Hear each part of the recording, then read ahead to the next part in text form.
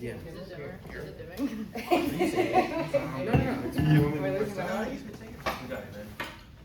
take a seat. The light's like. Oh. Yeah. Why are they moving? I thought it was a me problem. I was like, how old am I now? oh. Look at my doctor. Are they actually? Is it really? Oh. Really? That's why they always turn off. But Well, no, they're not turning off, they're just dimming. yeah, they might. I don't know if the room elements might be on the control of the phone. Sometimes there's, you know, there's Room a elements. couple older rooms that might not have it. But Image and projector. Nope, don't touch that. Oh wait, image mute on. Should we have that off? I wanted mine muted. Did you want your video to play sound? I already muted mine. Yeah, you know what? Fuck it. No, it doesn't need to. Oh. Man, I mean, it's. Oh, whatever you just did, just turn off the screen. Oh, that's excellent. It seems Very great good. right now. Alright, now it's Okay. back. Alright, I'm just. Nothing. That's it. We've never really worried about this before, I just figured, you know. Yeah. Well, this is also a new room, Oh, right. so I'm like, I figured Oh, do you want me to the play? old room had better. I'm just gonna open a couple. Get the sunset. Yeah. Picturesque. This is my favorite part about these rooms. It is an excellent view. It's a pretty good one. No, it's not at 4 p.m. Okay. Now, is it video? Yeah, you're okay. Yeah. So whenever you guys want to begin, you can. Alright. Cool. So we'll give a little background. My name is Emily. This is Siobhan. We both work for New York State DEC at the Division of Marine Resources. So I'll just say a little bit about what I do. So I'm a Tech 2 there. I work mainly in the Diadromous unit, and we work on primarily striped bass and American eels. So we run one of the long-term surveys that happens on the island for striped bass and juvenile eels. And so, as Emily said, my name is Siobhan Keeling. I'm actually an alumni of Stony Brook University. I graduated in 2019. I studied coastal environmental studies, and then I came back for my master's in the MCP program, which is Marine Conservation and Policy Planning program, and I graduated from that in 2022. So I know this campus, and so it's great to see that you guys now have a fishing club at the DEC. I'm a fish and wildlife technician too, just like Emily, but my survey is with fishery dependent sampling, and so I go into the markets and I take commercial data, and so I just kind of asked the fishermen, hey, can I measure your fish? And that's really it. We'll get into it more with our presentation, but I'll let Emily take it away. Yeah. So we're going to start. We have two parts to this presentation. So I'm going to start with the Striped Bass Cooperative Angler Program, which I also run in my position as a Tech 2. So I'm going to just click anything here. Excellent. All right. So we're going to start with what is SBCA. SBCA is a citizen science-based monitoring program. So in 1984, the Atlantic Striped Bass Conservation Act was passed, and this required states that have a large fishery, especially with striped bass, to start monitoring those fisheries.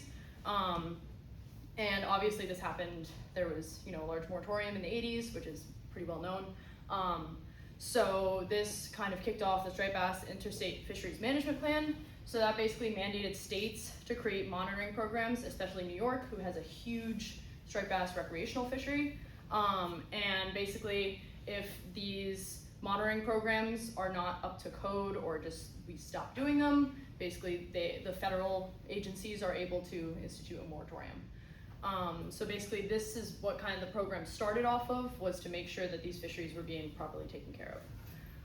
So this program is basically a bunch of volunteer anglers all across the island that gather data for us to use for monitoring these fish.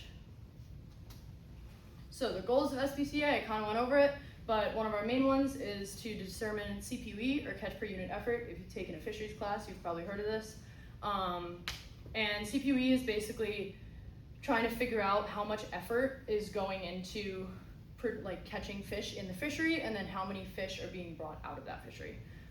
We also produce length and age keys, which we gather from the anglers when they take data from the fish. This also helps us gain statistics on fishing methods and everything else recreational fishing that's going around on Long Island. So, collecting data. I'm gonna pull one of these. So, I'm gonna go over, if you join as a cooperative angler, how you would go about collecting data. So basically, we're gonna give you a little logbook, and in this logbook, you're gonna go over your environmental data. So when you're fishing, this is kind of gonna be like when you finally get to your spot after a long walk on the beach or whatever, and you can be like, all right, you know, this is where I'm at, this is the date, this is the time that I'm fishing, this is the tide. All that environmental data is really important for us to know. We're not looking for your exact position, we're not about that. But as long as we kind of know where you are on the island, you can give us a town, you can give us a beach, whatever we need. Perfect. So then, there we go.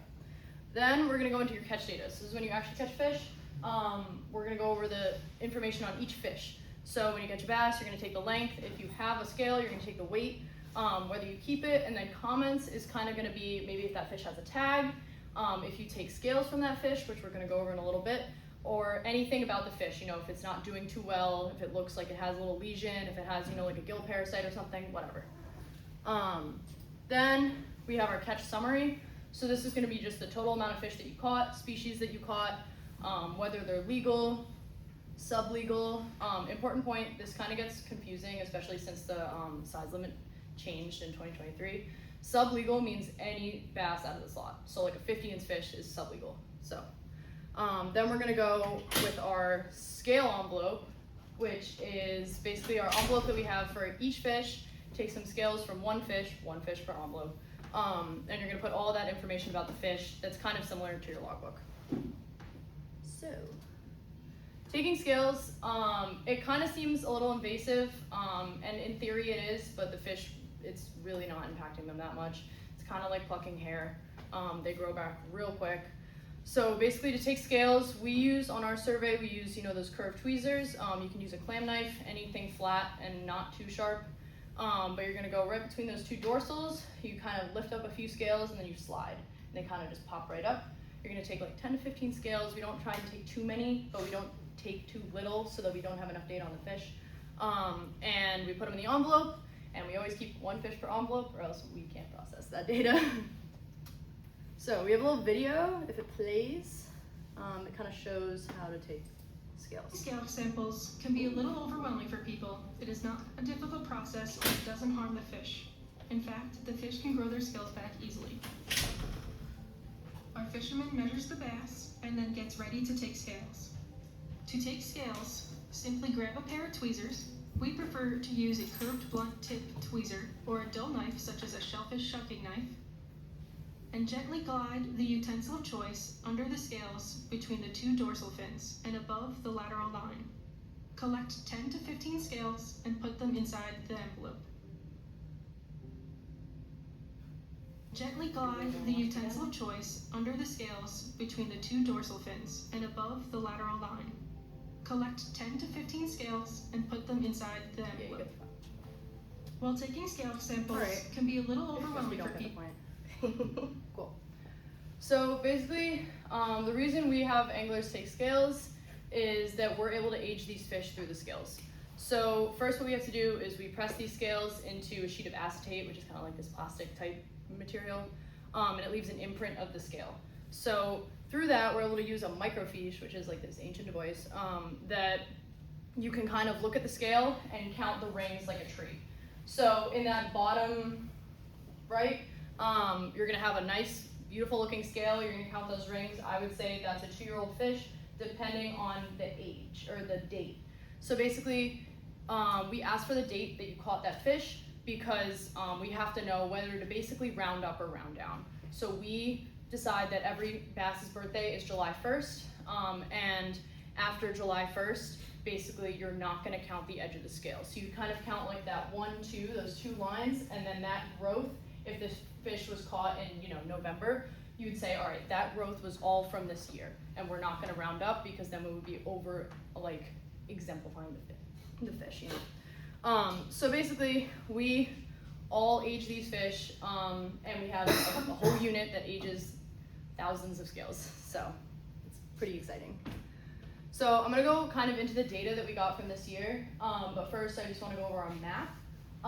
So when you're in SBCA, another way that we log locations is through zones.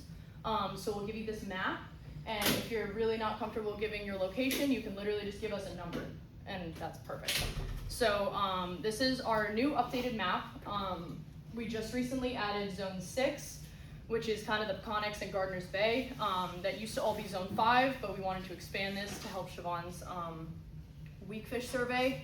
And we've learned that there are differences in populations that Siobhan will go over soon. So I'm gonna go over some SBCA data. This is, I don't wanna say like exclusive input, but we have not come out with our newsletter yet this year. So this is information that I have not exposed to the public, I guess. You guys are getting a sneak peek. So basically we first kind of look through data per zone, which is why we have that map. And we're gonna calculate CPUE, and we can go through and calculate it per zone and see what zones have a higher CPUE versus lower CPUE. We can also look at amount of bass caught versus legal bass, so you can say a legal CPUE versus a all fish CPUE. And we're basically looking at how many fish were caught per hour per trip. So this is our graph that we put out in the newsletter. So this is showing you our just basic bass per hour. So like, in 2025, that looks like a nice uptick, but you can't always rely on that. Sometimes we get an angler who gives us data, and he went out on a charter trip and he caught 30 bass in 2 hours, and that's gonna spike our CPUE. So this includes boat fishing? Yes. Oh, okay. Yeah.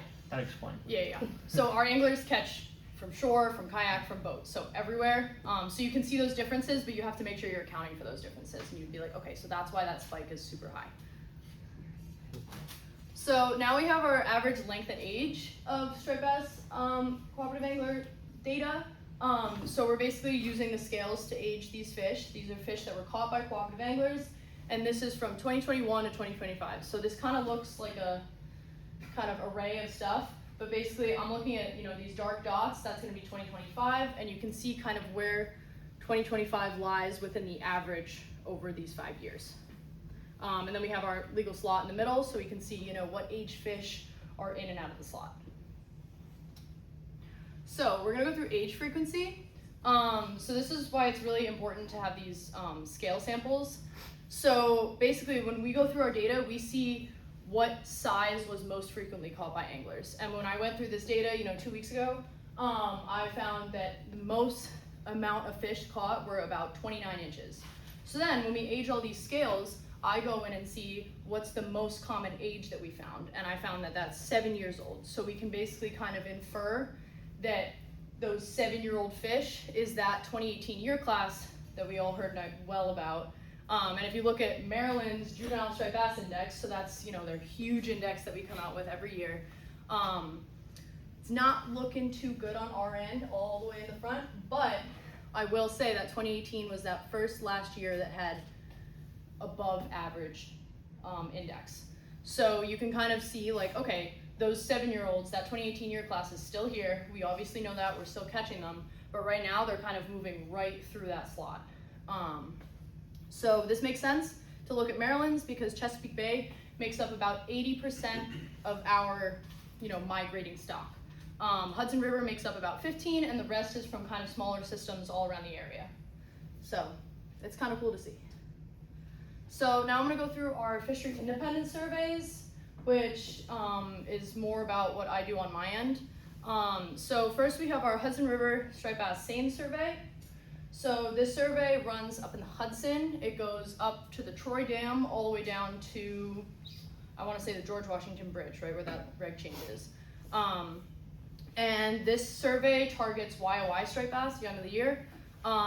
So they're able to make a young of the year striped bass abundance index, and that's kind of seeing, how those young of the year are doing. So now we have our survey, which is our Western Long Island Seine survey. We mainly target the Western Long Island bays because this is a sister survey to Hudson River, and we're kind of following those fish as they come down and filter out through the bays of Long Island. So we survey in Hempstead Harbor, we do Little Neck Bay, Manhasset, Oyster Bay, and Jamaica Bay on the South Shore. So from our survey, we create a juvenile striped bass abundance index. So that's kind of like yearling to 2-year-old striped bass. We're looking at that change of the year as the yearlings come down or the YOY come down. they're taking a decent amount of time, they're becoming yearlings, so it kind of is like a little lag. So on this survey, we tag these fish, scales are taken, and the tags help us monitor survival and migration patterns, and then our scales obviously help us create length at age keys like we do with SBCA data. So this is our WLI yearling striped bass abundance index from this past year. We just finished compiling all of our data.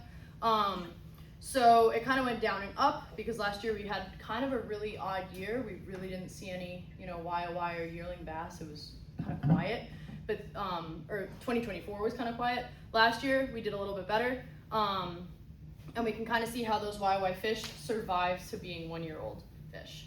Unfortunately, it has been below average for the past 8 years. So in summary, we use these surveys to produce abundance indices for YOY and yearling fish. We understand growth rates and population changes through these surveys, so we can tell if something's kind of off. The only way to really tell is if you're in the field yourself. So we can understand all we can from our survey, but SBCA is really important because we can understand what you guys see. We can also use this data to calculate survival rates, understand migration patterns. You always hear fishermen catching tagged fish. It's really exciting for us, So now Siobhan's gonna take over. Thank you. So hello everyone, I'm going to go over the Fish Aging Network. This is a brand new program for citizen science or community science. And so with the success of the Striped Bass Cooperative Angler Program, we decided to give you guys another opportunity to participate.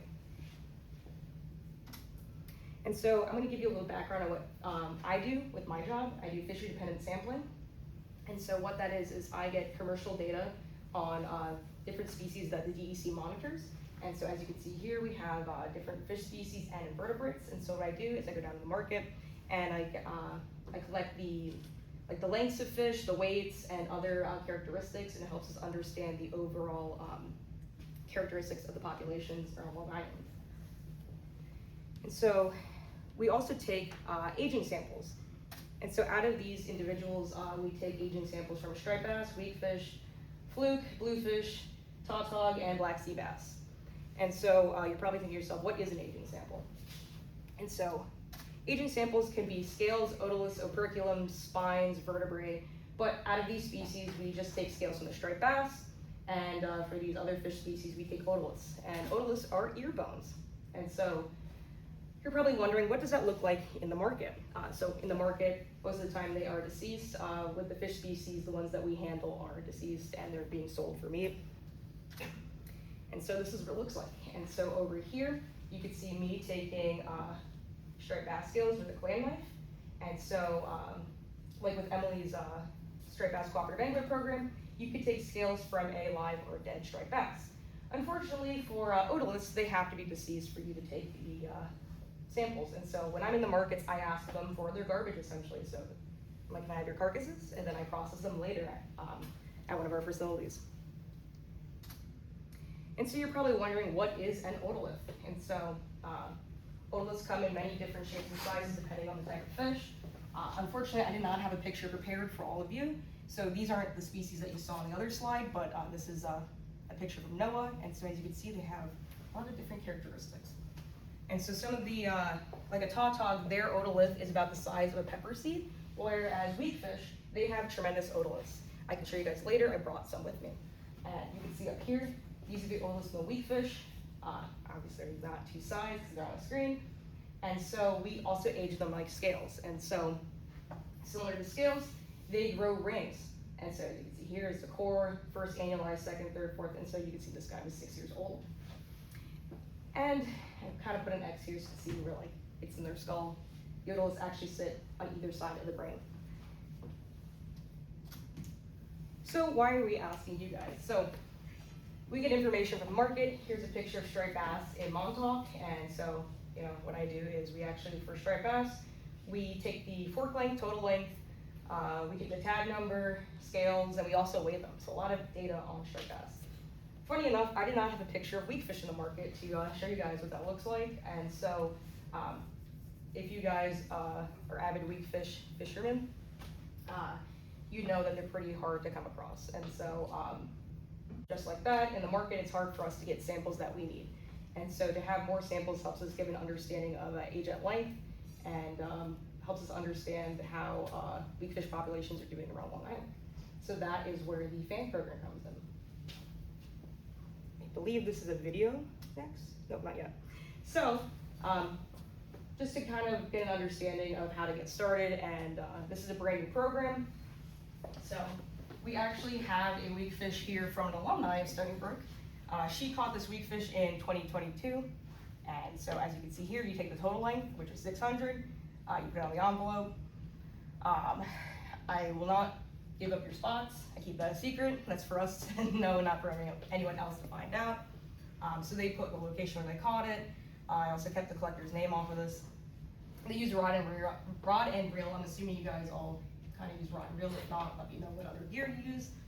And yep, all you really need is a knife, tweezers. Tweezers can be optional because weak fish oilets are pretty large. And this is actually in comparison to the envelope. That's how big the weak fish oilets are.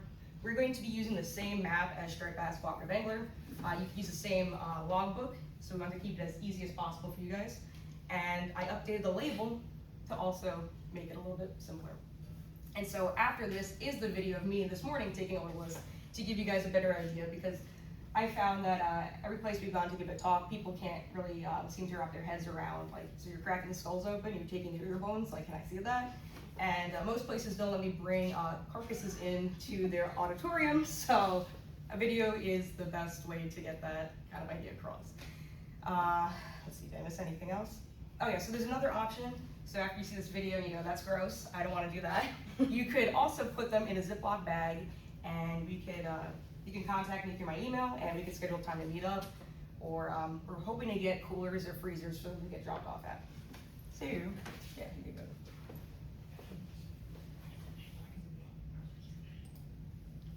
So I'm showing you here how to sex the fish, because we also record whether or not it's a male or female. As you can see here, it's pulpy, it's orange, it's going to be a female. This fish has been dead since September in the freezer, so it isn't as vibrant as the ones that you're going to get if you're going to keep your weak fish. And so I'm showing you here that I am going to be putting my fingers in its eyeballs. This way you don't cut your fingers when you're, yeah, it's pretty gory.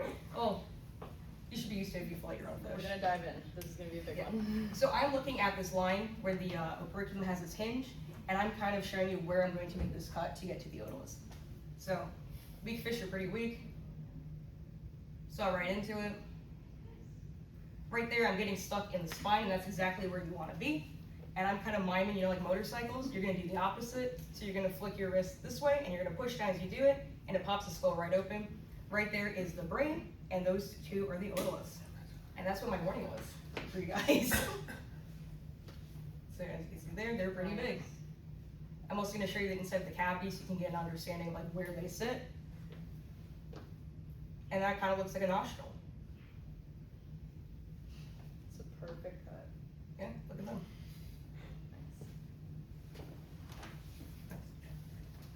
And it's gonna be big. Of course it's gonna be big. Yeah, I usually just use my tweezers to help confirm whether it's a male or female. And so this is on fresher weak fish. As you can see here, the female's gonads are bright orange, and the males are kind of more of like, this is not a good picture, it's all we had on our files. But they're like more of like a cream colored, and if you do split them open to check, you're not gonna see any sort of like pulpiness. Because like in the female, you'll see eggs, in the male, they don't have eggs. And you'll find the gonads kind of close, like if you cut the fish open, I put this yellow line because the pair of them is going to be closest to the spine. And if you find one, you're like, I don't know what this is this like an intestine? I'm not really familiar with the inside of a weak fish. They have a friend, so if you find two structures, you're pretty much golden. And so after that, I just want to remind you guys, there are regulations, so you can't go out and get crazy, catch a bunch of weak fish. Luckily, they're open all year round, the weak fish. All year round. You can only take one, and there's size limits. So, and then Emily's gonna tell you about the striped bass ones. So striped bass has not changed since 2023 when they put those emergency measures into effect. So down here, which is south of the George Washington Bridge and the Delaware River, we are still at 28 to 31. That season is about to open, and you'll be able to catch one fish. And north of the George Washington Bridge, if you guys are ever fishing the Hudson River, those regulations are different. So that's gonna be 23 to 28, and that opens today. Very exciting. But yeah, so that's kind of what we have for now, and we're excited to talk. I just had a quick Yeah. question. You wanna go back? When you take like the year of the young, like the small striped bass samples, what time of year do you usually do that? Like throughout the spring, or is it summer, fall? So our survey Probably. runs from, at least down here, our Western Long Island runs from May to October, but there are certain areas and times where we do see more, so we usually don't get those young of the year, actually, until like, I'm gonna say end of July, August, September, they kind of slow down in October, but we are getting those yearlings kind of, May is like a little slow, it kind of gets up in June, and then it kind of goes quiet in July, you know how fishing goes quiet, and then we kind of come back up in the August when it like all kind of cools down again. Very cool. Yeah. Exciting. You guys have any questions? Zoom in. Nice. Wow. Anyway, you guys have any questions? We can, discuss things further, but we figured we'd give you a background on what we do and what these programs are. Are you trying to play it like a guitar? Yeah. That was kind of my goal. That was good. I mean, my boss said hold it correctly, and I was like, No, that is the correct way to No, Oh, hold look it. at that. Yeah, and I don't have a picture of me holding a weakfish, but that is a toadfish on that's the Peconic trawl survey that I started on when I started working at DEC, and I love toadfish, so, anyway. And you went to Stony Brook, correct? Yes. So how did that, can you walk us through how you came to Alright. get involved in all this Get stuff? in that. Okay, so when I studied at Stony Brook, I started in 2015, and I did coastal environmental studies, but then I also was like, might as well add more stress to that, so I had a minor in marine science, and I had a minor in sustainability studies. And so I actually studied with, so I see a SOMA sweatshirt. Are you familiar with like Kurt Brecht? Yeah. And Brad Peterson and Tara Ryder, they do Semester by the Sea. So I actually did that, and that's out in Southampton. And so that I did, I believe, I think I did my senior year in college. So that's usually in the fall. And so that is a lot of hands-on field courses. And so you actually do like a trawl, you do a seine, and you get to learn kind of like all this fieldwork stuff. And it was phenomenal. If you haven't done that and you're in the marine science field, I'd say definitely sign up for it, reach out to Kurt. And so I also studied abroad in Jamaica with Brad Peterson, and that's a great experience. I recommend that. And then I graduated, and I was like, great, I have so much on my what's it called? Transcript? That like, I'll find any job. No. This is a very competitive field, marine science. And so I had a few friends, some of my dive buddies did the MCP program through Stony Brook. It's a 1-year program. And I was like, you know what, maybe I'll do it. Maybe I'll tag sharks. And then I applied. I had to do it back. I don't know if you guys have to take the GRE for that. I don't know where you guys are all at, but I think I was the last year to take the GRE. I did well. And then I got into the program, and then COVID happened. And so then I was in grad school during COVID, which was terrible. And so I actually stayed an extra year because they promised me, they're like, oh, maybe in 2021, you could go, I think I was supposed to tag sharks in the Bahamas. I think Mike Fritz does that. Oh, yeah. And so I actually had a friend who was on the sailing team with me. His name is James Gilmore, and he worked in the building. He's like, you should work for the DEC. And I was like, and his job was working permits. So he'd get phone calls from fishermen yelling at him. And I was like, I don't know if I want to do that. And then I found out that the DEC has surveys. And so Emily works on the striped bass seine survey, the Western Long Island Sound one. When I applied for the, I got the position of the Peconic trawl. There's also the MISC one, the beam trawl in the Great South Bay. So I had I knew of the DEC because there is the Region 1 building on campus. And so I applied, I got a position, and they liked me and kept me. And I worked in a couple of different units. I've been there, I started there in 2023. So I stayed an extra year for my master's, and I got a geospatial sciences degree. It's like in GIS, if you've heard of that program. I hope you have, because a lot of people in different units in our building, not me, get to use it. So that's like mapping. And so I applied 2023, got a job, working with Peconics. Following year, I worked in the Great South Bay with blue crabs. And then I finally got promoted to this position and I do fishery dependent sampling. And yeah, it's kind of how I ended up here. Well, here with DEC. Yeah. And there are positions that should be opening up because we should be having seasonals. I think so, yeah. Well, currently there's an unpaid internship with my building if you ever want to get out and do what I do and go to the markets and measure carcasses and also get to see the inside of markets because that's something that a lot of people don't get the opportunity to do so. And so I've worked in freezers, I've worked on docks, people's backyards. So it's really cool and you get to see a whole bunch of different species. Sometimes, so we work at like a place out in the Hamptons and you can like handle live lobsters, they are banded. That's always fun. So yeah, there's an unpaid internship, but I think through Stony Brook I was made aware that there's like a fund that you guys can apply for and to get like a stipend to make it better. But there should be 2 seasonal Tech 1 positions opening up soon for, was it May through end of October? I think so, yeah. Yeah, and those do have a salary and that was actually my first job. So if you guys have any questions about that, you can come ask me. I could give you guys references for that. Like there's like a state website for you to look and apply for jobs. They update every 2 weeks, I believe. And think so so, yeah. if you want to work for the DEC, I recommend it. The jobs are kind of posted everywhere. A big one is, I don't know if you guys heard, for like fisheries and wildlife technicians is Texas A&M. They have their huge job site and that like everyone posts there and that's how I found this job, so. It's exciting. Right, do you want to give a little, did you give a background on like the school you want to go? My background? Yeah, might as well, I already, Alright, yeah. So I went to University of Vermont and I studied freshwater fish. And then I applied in my senior year to every single job that I saw because I was tweaking about graduating. And I found this job and it was with marine and I was like, I have absolutely no background in marine, but I will apply for it no matter what.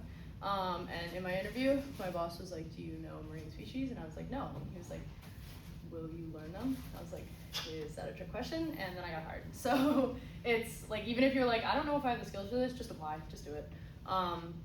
So I applied in 2023, literally right out of college. So I graduated May 2023 and I started a week later down here. They take people right out of college. Like my boss asked if I could start earlier and I was like, I have to graduate first, but I will be down there ASAP. But it's really wonderful. I worked as a Tech 1 in my unit and then just recently I applied and got the Tech 2 in my unit and that's where we are now. But they're always looking for seasonal technicians. Stony Brook kind of filtered, like it's a really good filter, you know, like it's you can go right in. The building over here, that DEC building that holds freshwater fisheries, so they have seasonals that they're also looking for. They do have freshwater fisheries on the island. And then they also have wildlife over there, so they do all the, you know, deer and all that stuff. They do bats over there, everything. pheasants? Yeah, yes. They stock pheasants along the island. It's like kind of like stocking trout, except they're not in the water. So yeah, they do a lot of stuff, and you can kind of get in wherever you can. So yeah. I think there's currently a position open in that building. I don't know when it closes. Yes. But it is a Fish and Wildlife Tech 1, and you guys should be able to all qualify for them with like, you know, the classes you've taken. Yeah. And I know that like the start and end date can be flexible. So like if you're a senior graduate and you're like, hold on, I gotta walk. Yeah. Depending on the pool of applicants, like they can make it work. Just like Emily said, 'cause we actually started around the same time. Yeah. And you also, as a technician, you do not need a master's. Looks nice and it helps, but you do not need one. I do not have a master's yet. But it's, you know, it's like as long as you have a degree and you know what you're doing, you're good. So yeah, always apply for anything you see. Interview practice is always great, and also you get to learn about like the organization you're applying for. So, and you guys fish and you know how to handle fish, I'm guessing. And if you don't, pretty simple to learn. yeah. So, And like I think like 90% of the people in our office fish. I actually did not fish growing up. My background is I started sailing when I was 8 years old, and so I did a lot of sailing. That's kind of how I fell in love with the environment. I've always wanted to be like a marine biologist, not there yet, technicians. yeah, I mean, like, there's a Stony Brook University sailing club. I did that when I was here. And then everyone in the office is fishing. And Anna Shore is a alumni from Stony Brook, and I met her actually through the Stony Brook Semester by the Sea program. And we fell out of touch because of COVID, and we actually worked together for a bit. She now works in Region 1 as an environmental analyst, but at the time we were fishing wildlife technician 1s together, and that was a lot of fun. And she got me into fishing. It was kind of a trade-off. I'm teaching how to sail, she's teaching me how to fish more. I keep catching puffer fish. Hopefully I'll earn my stripes. Yeah. But until then, yeah. Mhm. Yeah. Anything else? Talk about anything. Yeah, Guys caught we can any go back bass to the yet? video unless that was scary. Yeah. Anyone caught any bass yet? It's kind of early, but. Okay, yeah. Largemouth bass. I Okay, haven't caught. that counts. Yeah. That's a bass. Yep. Yeah. Yeah, the water's still cold. I actually Yeah. tried right after class today. Nice. Didn't get anything, Yeah. but there's always a first, so. That's so true. Yeah. Nice.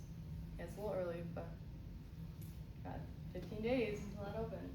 I'm biased, so. I can always mention the demonstration we're gonna have, right? Yes. So, I don't know. Where did I put that? So to teach people how to extract otoliths, we're actually having an in-house demonstration on April 18th. It's a Saturday.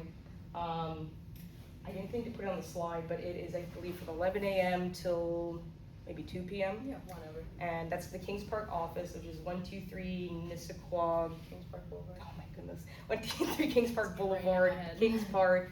And that's in the Nissaquag State Park.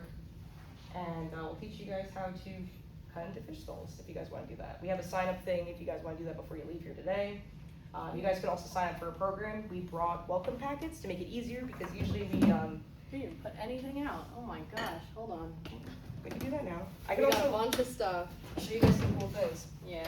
Because we also, if you catch a stray bass and you keep it, we will take the otoliths for you because they're a little bit tougher than weed fish. So I do have stray bass otoliths here that I can show you guys, and I do have one weak fish otolith that I can show you guys. I do need these back, so you guys are careful. Yeah, no, I don't want to use them. You pass this around. It's a weak fish otolith, and I could also. How fragile is it? It is not fragile. No. My favorite It's gonna like. I mean, I've seen people break them when we have You talks. try. Because like, there's some days where like what I get through like Decent amount. like if we get a lot of weak fish, we can get through like I don't know 16 in an afternoon. There's some days where we get like bluefish. Tog are the worst. Tog, you have to actually cut like the whole top of the head open and like pop it out. They're terrible. And their otoliths are so tiny, if you move anything, you'll just lose it. They're gone. And I've seen an otolith just slip down the spinal column into the Yeah. cavity of the fish. I'm They're like, great, gone. there goes all that effort. But weak fish are my favorite because they are so easy. If you caught a weak fish, you know that they're pretty weak. They practically like crush themselves by you looking at them. Mm. So I did have one person break an otolith, but they were like, and like, yeah, 'cause they didn't realize how much force it was because they were working on a different fish beforehand. I think they were doing black sea bass, and those are annoying because they have like that head hump, and so you're like sawing through that thing. You've done them, right? Oh yeah. Yeah. You really gotta get in there. So, and I can show you guys, these are straight bass otoliths. Now, when you say a recreational fisherman has one from any fish they keep, where do they send it to exactly? Do they like is it a mail? Like, do you mail it in or do you? So, sorry, can you repeat the question? Oh, like if you actually fillet a fish and you get the otoliths. Yeah. Is there any way to like bring that to the DEC at all? Or? Yes, so welcome back, it's hold on now. There we go. Yeah, you might as well So- open one of these over. We have a bunch of welcome packets for you guys. Just to go over that. So in the welcome pack, you'll get, I'll answer your question, I'm just gonna go through what's in the welcome pack. Go for it. These are the scale envelopes, that's for Emily's thing. Information on like striped bass. Gonna hold this flyer. Striped bass flyer. The history of the program. How to measure the fish and the envelope. Catch and release practices. And so this is the logbook itself. That's where you log all the data, kind of what Emily was showing on her presentation. And then, to answer your question, so when you get the otoliths, if you're talented and you're able to get them, awesome. You're going to put that otolith, you're going to fill out that information in the logbook about your catch, and then you're going to fill out one of these envelopes. It'll say like date, blah, blah, blah, blah. And you'll put the otolith in the envelope, and then you mail it to us. Or, if you want, you could coordinate to have like maybe a captain drop all the samples off, and then we can come to a meeting and pick them up. I know it's difficult over the summer because you guys are not in class, hopefully. You can also call us, we can come pick it up. Wait, what's the benefit to it besides the scales? Like, is it more accurate for age, was it, or? For otoliths, or? Yeah. Yeah, so certain species have better aging structures. And so what we mean by that is that it is more credible in getting a consistent result in like ages. Gotcha. So like, want to go to the scale slide? Oh, yeah. I mean, so striped bass, it's really helpful because their scales are pretty easy to age, and after a lot of tests, a bunch of states have been doing this for years. It's helpful to see that they are pretty accurate. Sometimes on a lot older fish, you know, when you're getting to like 13, 14-year-old fish, the otoliths can be a little more accurate or a little easier to age, because sometimes those scales, you can see they're gonna get that degeneration. So that's like when the fish is just starting to grow its scale, it's gonna look like that, which kind of just looks like a bunch of crap, and we can't really age that. But that bottom one is real nice. We can really age it. You can have one over here. So you can be like, all right, this is the center of the scale. That's where it's growing out. That's where it laid down its annuli. So that's where it's gonna be 1 year old. You're gonna come up here. You're gonna have 2-year-old fish. A lot of times, sometimes they'll have false annuli. So like that fish was really stressed, or something was going on that season, you know, the bait was gone, it wasn't really eating a lot, it'll stop growing, and those annuli are made when the fish stops feeding and starts to just like, you know, do its thing, and the growth slows, so it's gonna create that crease, basically, in that scale. So, if the fish is stressed, bad year, you know, doing whatever, it'll, you know, sometimes it'll create a false annuli right here because they were just having a bad time. So it's kind of difficult when you're aging to kind of figure out whether it's just fake, or whether, you know, that was actually the end of that year. On the otoliths, that happens a lot less. It's a little more accurate, but a lot of times on younger fish, you know, we're not allowed to kill like a 3-year-old fish. And on our survey, it's really helpful to just grab some scales, age that fish, and then we can throw it right back. So, yeah. Yeah, and so like with striped bass, that top dorsal area is the best place to get the scales because they're less likely to be rubbing up on something. Losing those scales, because that could affect the age of them, or how you can read the age, if that's correct. Yeah, it's also, you know, the scales are the protection for the fish, you know, so if you're taking a shit ton of scales, it's gonna be ideal for the fish, especially, you know, if you're scraping that slime off, that's the protective layer. But, you know, if you take scales in that little part like we had in that video, it's really quick, really simple, they're gonna grow that back. We get recaptures on our survey all the time, like a month, they come back, so. Pretty nice. We actually have 2 striped bass in the fish tank in our office, so if you guys ever come visit the office for something, you'll see them swimming around. I believe we took scales from them when we brought them in, and they grew back and they're doing great. And they're very lively now as they've gotten bigger and they love to splash people when they get fed. So we gotta let them out. Yeah, we're gonna usually release them at the start of the field season, so probably June. So they're constantly rotating, we're not keeping them captive forever for the rest of their lives. So, but anyway, for otoliths, certain species, I wanted to look into this further myself, but like, I believe the reason why we don't take the scales off of like weak fish is because they lose them really easily, and you know, with hog and fluke.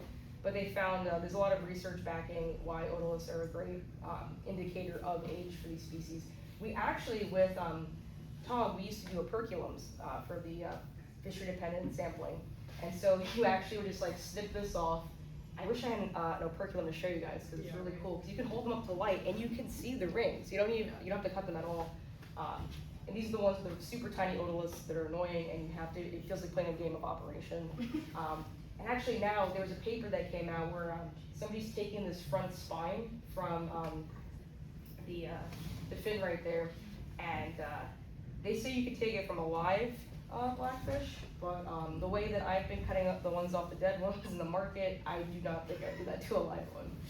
Maybe my technique's bad, I gotta practice it, but we started doing that, and essentially what you do is you snip this first spine off, and you embed it in epoxy, and then you take a saw, and you take a cross section, and you kind of age it similar to like an otolith. And so this weak fish otolith,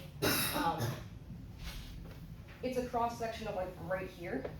So what they do, I wish I had a picture.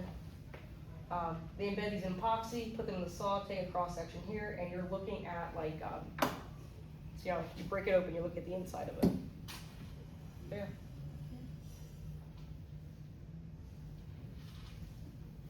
But yeah, anyway, so when you sign up for the program, we give you this welcome package where you'll get the envelopes for the otoliths. But also, if you were like, I don't want to deal with this weak fish rack, that was really gross. Don't know why she showed me that video. We also gave you some Right in the Rain paper. And so what you could do is you could put your weak fish in a Ziploc bag. You could even just take the head off. Make sure you write down the length. That is very important for us. And also the area. That's very helpful. And you put your name. Someone brought up, we will tell you the age of the fish that you gave us. And so Emily gives you kind of like a summary of like your whole fishing season. And there's a lot of potential for more information to be given back to you if you supply us with scales or otoliths. And so we hope to see these programs grow and expand more, but we need your cooperation. So Where do we sign up? with us, we have a sign-up sheet. Right here. Yeah, we can pass it around. We have a bunch of welcome packets if you guys do want to join the program. It's going to have all this information in it. And we have stickers. So, Yeah, so yeah. I'm trying to figure out the best way for you is like, if you want to come up. You can always come up, yeah. Yeah, it's like this in class. You can We, just like run around. we only have 15 welcome packages, so we weren't expecting such like a large group. Yeah, nice group. But I'm glad that you guys have a lot of members. It's exciting. Yeah. It is exciting. All right, where do I sign? All right, hold on, So here wait you a go. minute. You I can also sign have on some top, QR but codes. we're on this side. Oh, You're on the yeah, board, you I gotta. put this welcome package back to You you. gotta. This You is got it. also- You guys wanna scan that? Yeah. And then if you guys want to sign up for the demonstration, I could, I didn't print that out, but I can text you guys about it.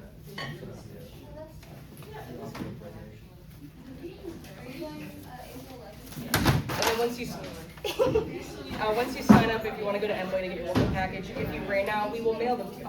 Thank you so much. I appreciate that greatly. I have like 5,000 Yeah, words. so these were actually Massachusetts bass, and I took them using a saw.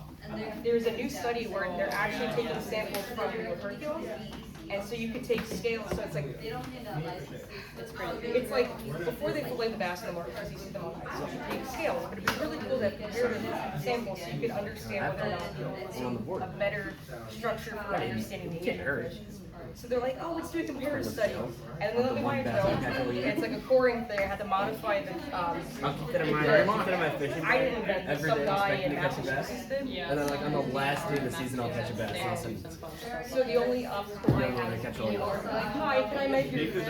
And sometimes people are like, out of the way. And I'm like, anyway, what is We should real? do that. Can I drill it for this? And it doesn't really integrity of any of like the meat or the structure. Might have to dip into the shark farm again. It's Corinne's birthday. Kind of go coming like up. under the gill plate and then you can pour into the head. You gotta go right through the gills. You're right there, It's it's on real the park boring. one day. It's real. It's like, Yeah, that's it's actually. something else. I figured I would just do it. Yeah, you guys can scan that if you want. I don't Sign know up. that. Are those two in the back? Yeah. I didn't even take my driver's license. And just ask everyone that. No, you have to go to the DMV. Exciting. Oh, I think these two in the back are in here. You guys, if you guys want to call the report back. Oh, and something else to mention, like with the weak fish, even if you don't keep them, reporting the lengths is very important for us because it helps us understand kind of like the age groups and areas. Because we already know kind of like what length is what age, or like we can like attribute it. Because I know a lot of people who catch weak fish are like, oh, I don't like how they taste, or I don't like, you know. But any information is like helpful. Yeah, like even in Conics, cause like I live in Riverhead, so I fish like Conics a little. I'll go to Hampton Bays, I can fish, and I commute here too. So I'm kind of all over the island. Yeah, there you go. And Yeah. Frank, the president, Frank lives in Montauk, so I fish Montauk too. So I kind of fish every day. It's a great But the area. weak fish go into Conics like crazy. Yeah, that's what everyone's been telling me. And I've been trying to get out there more. Like my friend, she lives in like in the Riverhead area, and she's like, May, big season. Yeah. We gotta get out there. No, it's crazy. It's so predictable. But Yeah, it's wild. I'm Frank. Really? Oh, yeah, that would have been me, yeah. No, you're fine, you're fine. Are you guys saltwater, freshwater, mix? Nice, that's good to hear. So you know they're stalking right now, right? Yeah, yeah. You are May 8th.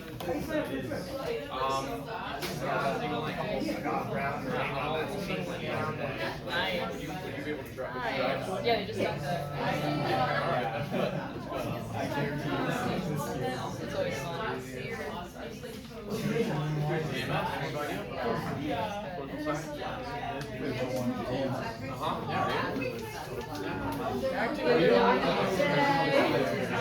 No, I'm just like, apply for.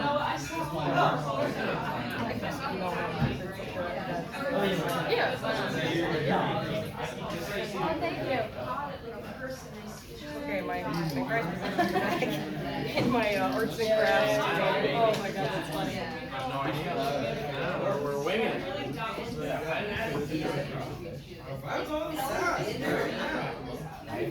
This way, when you come out to Montauk, you can hammer some bats, you'll be ready to go.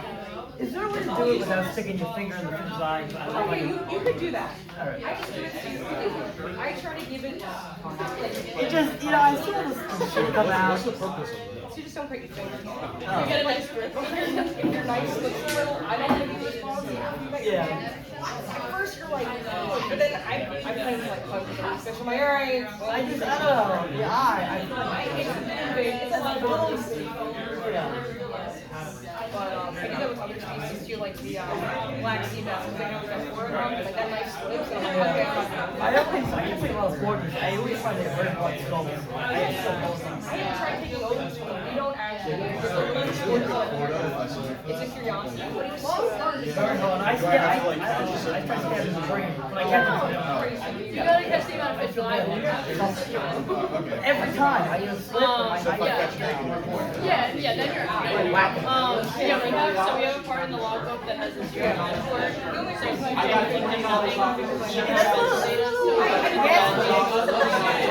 basically, like, you're putting in the hours still, since there's no fish, the CPP is gonna go down, but that's helpful for us to see. And it's really helpful to have, like anglers that, fish are really knowledgeable of the land, that fish certain spots, because if I know, we have anglers that have been doing it for like over 10 years, and if I see, Len from Brooklyn isn't catching this anymore in this area, then we know something's wrong. So is there like an online online? Yeah, so I have paperwork in here, but there's also information in here if you want to go online logbook, which is the logbook. Yes, you can. So it only logs This is like the show. So like. Yeah. So like if you like fill out this logbook and you're like, all right, now I'm gonna go fishing, and then I collect nothing, that's still. But I thought it was so similar. So let's say if I don't go fishing for like Yeah. I'm not screwed up that.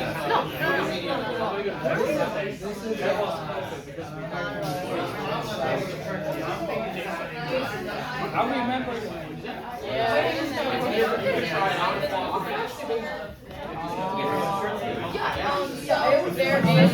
do have an iPhone program. In freshwater, they're based here. They do a lot of work with perch. Yeah,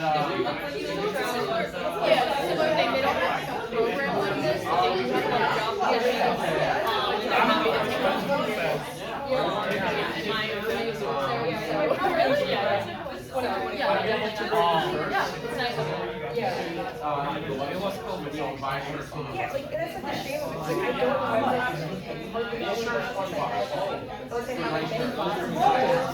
Just for the start, one thing that, for the like, test. Those are because I called the guy, to see if I could. He gave us $20 off. $65. But I got him for I don't want to leave this so I got them. And then I talked to this guy, Sport Trainer Harold, and sign up and didn't get it. that's James. Yeah. Oh my god. More packets? Yeah, there are. Okay, so We got like 5 more.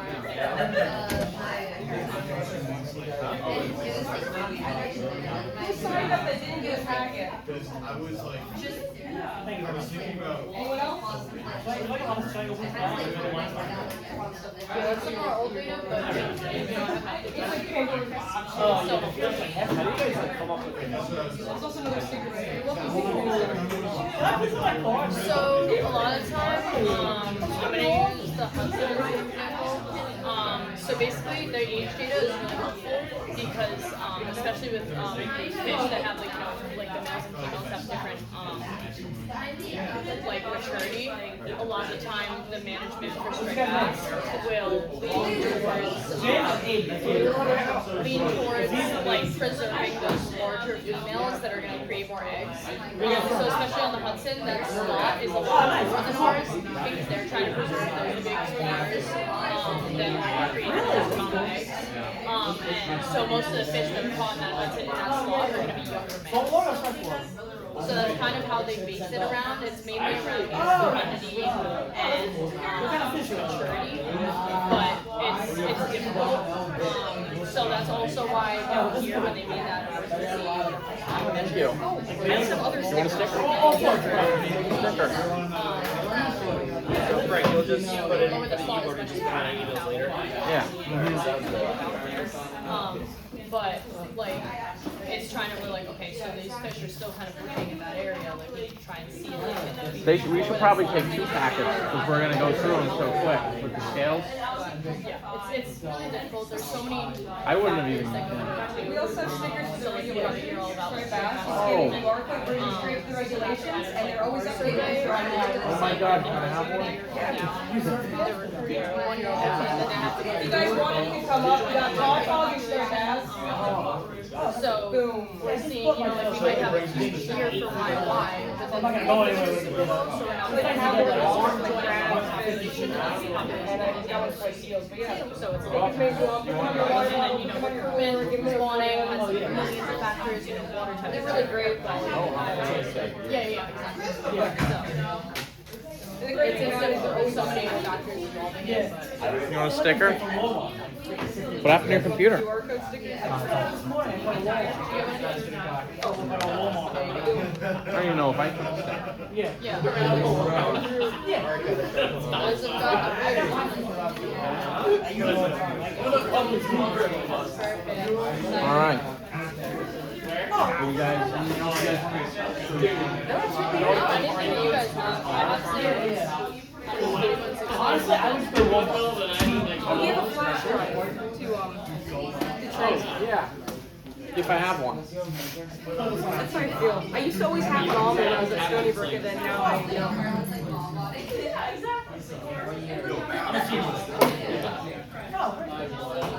So like go on the boat and like someone $20 boat and it's 10%. Have some fun things for us around. These are scales. We got a big one. We got a nice bag one. But this is how we age them. So we put them in that microfiche. And then you kind of count. Yeah. They're so. we should have put a microfiche. I know. That'd be Carrying I think they have one in the library. They probably do. Yeah. Those things are ancient. Or I don't think they make them anymore. Okay. No, I don't think so. I don't think so. High school had one. Yeah. It was from like, old. They're from like the 60s. Yeah. Like, That's what we used to do. that's, so like when I talk to like older people, Mom, like, these sometimes like scales? older fishermen, Yeah, from I'll the talk to striper. them and say microfiche and they're like, oh my god. Striped bass scales, yeah. High school. I'm like, yep, I know. Like, they're old. I feel like all the old fish I told them just told me like how much better they had it. They're like, Yeah, there was Yeah, like, we used to fill up buckets. It's real We used to step out obnoxious. on I'm like, these- yeah, I know. Yeah, you yeah. step on them, we fish, forget about it. And I'm like, okay, where are they? I'm Yeah. like, please, I want to like that. Oh, you know. But yeah. Those of you who, those of you who signed up, I'll email you guys about that opportunity for the otolith extraction. We'll also have microfiches set up for you to learn how to age them. We'll have like different otoliths, so it's like interactive. So even if you're like, oh, I don't want to cut into dead things, we do have weak fish in the freezer, but I'll defrost and have them on hand. So you have to come to the event ready to get dirty. So wear something you don't mind getting messy. But I could send an email out. I can also send it to you, so you could sign up. Forward it. Bless. Which that brings up, I actually, speaking of emails, Oh. if we go to our website, so I had some time this past week, and I was like, we need a mailing list, and like a weekly newsletter, and I haven't seen our secretary in a little bit, so I automated the newsletter. So basically,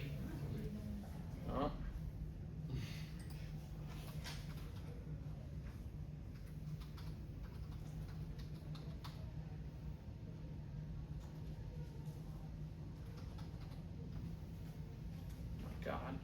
This happens to me all the time. Like when we have under 7. Anyways, so how it works is if you look on our website here, you can follow the club, just throw your email in, and then it will be uploaded into our database, and you'll be able to say they send us an email, we'll have your email on file, and we'll send out whatever they send us every Friday at 8 a.m. It sends out an automated newsletter. So how that works is it takes a PDF from the last meeting, and it reads it over. It throws it into Claude, reads it over, provides a summary, and cool stuff. Like, show you what it will look like. Okay, never mind. All right, so yeah, so that's something to look. That's pretty cool. But as far as upcoming events, we have. Next Wednesday, we have my buddy Mike Padone. He made a lure company called Montauk Lures.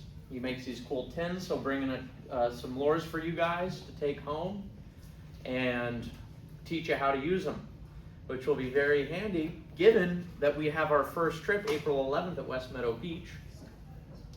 And we have an update for that. We will no longer be providing a bus, but instead everyone will have to be responsible for driving themselves. If you can't, come to us and we can help facilitate something. And yeah, so other than that, anyone have any questions? Oh, we also have James. Come on up here. Yeah. Oh, I'm walking advertisement. Yeah. We just got shirts. We made some shirts. So I called up the owner, Leo of Philfish Gear, best boat shirts in the game, and They wick all blood off. yeah, they have Fly fishing. they have a sunglass cleaner integrated. Oh. Won't scratch them. On those windy days, they have this little button, and you can put the little thread over the button, and then it closes it up by the neck. You can throw that over your nose. Yeah, you're all good to go. Those are $45. They're normally $65, but he was kind enough to give us $20 off. We also have stickers, Ooh, I need the blackish one. which are $3, and you'll have the opportunity to win shirts and stickers and stuff. Yeah, we're looking to And we're more making shirts, cheaper so- stuff too. So Yeah. we'll get a better deal. We can't get a better deal than that, but we'll That's get that's for the quality. Yes. But we'll get a lower price. So yeah. We believe we have reservations. Yeah, we're just wrapping up. Yeah, will you guys come on it? Yeah, come on. We're done. Yeah. Yeah. Anyways, that concludes this meeting. Thank you for having us. Of course. Here's the flash drive. Oh, yeah. Wait, before everyone leaves, Very old. if you guys ever find sharks or sturgeon on the beach, we do have a phone number to call.